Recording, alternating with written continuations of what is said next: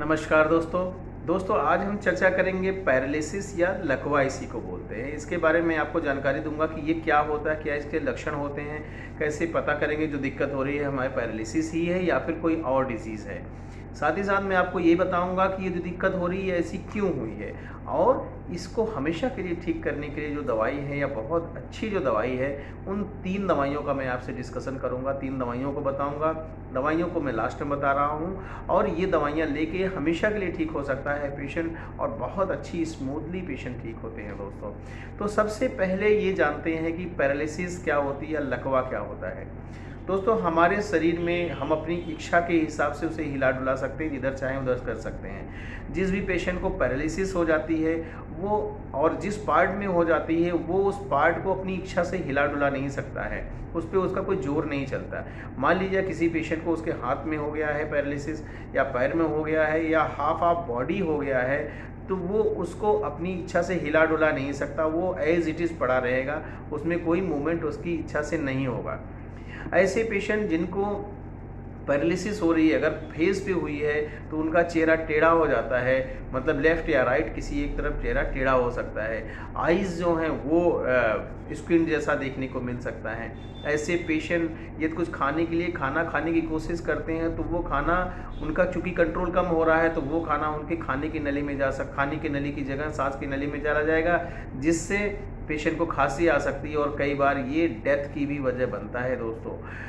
ऐसे पेशेंट जिनको पैरालिसिस हो गई है, ऐसे पेशेंट का जीआई सिस्टम खराब हो जाता है, पेट खराब रहता है, पेट की समस्याएं रहती हैं। ऐसे पेशेंट को बहुत बार लैट्रिन और पेशाब तक के सेंसेशन नहीं रहते हैं या सेंसेशन कम हो जाते हैं दोस्तों।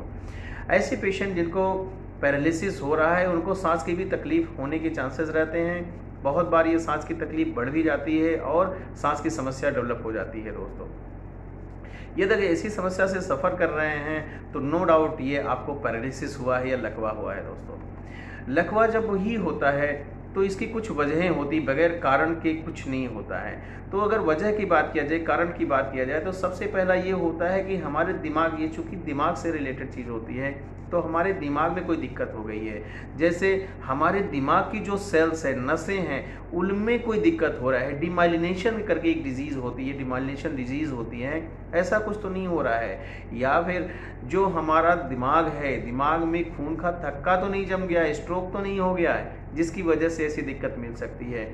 ऐसे पेशेंट जिनको कोई ट्रॉमा हो गया है, चोट लग गई है, चोट लग गई दिमाग में और खून की नस फट गई और बह गया, दिमाग में खून बह गया, जिसकी वजह से उनको पैरालिसिस हो सकता है या लकवा हो सकता है। ऐसे पेशेंट जिनको ब्लड प्रेशर है और ब्लड प्रेशर अनकंट्रोल है, वो भी बढ़ा रहने की वजह से वो ब्रेन की नस को ब्लीड करा सकता है दोस्तों।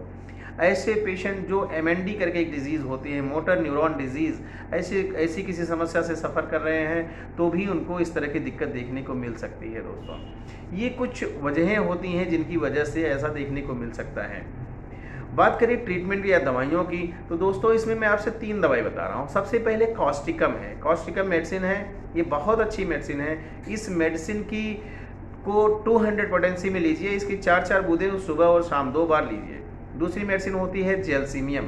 जेलसीमियम दोस्तों बहुत अच्छी मेडिसिन है, ऐसी कंडीशन की टॉप मेडिसिन में आती है। इसकी 30 पोटेंसी लेनी है और 4-4 बूंदें सुबह दोपहर शाम 3 बार लीजिए, दिन भर में 3 बार लीजिए। तीसरी मेडिसिन होती है जिंकम मेट। जिंकम मेट दोस्तों बहुत अच्छी मेडिसिन है। ऐसी इन दोनों दवाइयों के साथ आप जिंकम मेट को भी कंटिन्यू करिए। जिंकम मेट को उस कंडीशन के लिए दीजिए जब पेशेंट को आपके पैरालिसिस हो गया है और दोनों दवाइयां आपने चालू करी हैं तो साथ में आप जिंकम मेट को भी चालू करिए। जिंकम मेट की 30 पोटेंसी लीजिए, 4-4 बूंदें सुबह दोपहर शाम 3 बार लीजिए। आप देखेंगे कि जल्दी ही बहुत ही अच्छा रिजल्ट मिलेगा दोस्तों आशा करता हूँ वीडियो फ़ायदेमंद है, आपको पसंद आया। अगर पसंद आया है तो लाइक ज़रूर करिए। कोई दिक्कत लगती है तो आप मुझे कमेंट बॉक्स में लिख के पूछ सकते हैं। साथ ही साथ आप इसे शेयर करके भी अपने जानने वाले चाहने वाले को फ़ायदा भी दिला सकते हैं। लोगों के साथ शेयर भी ज़रूर करिए दोस्तों। Thank you, thanks for watching.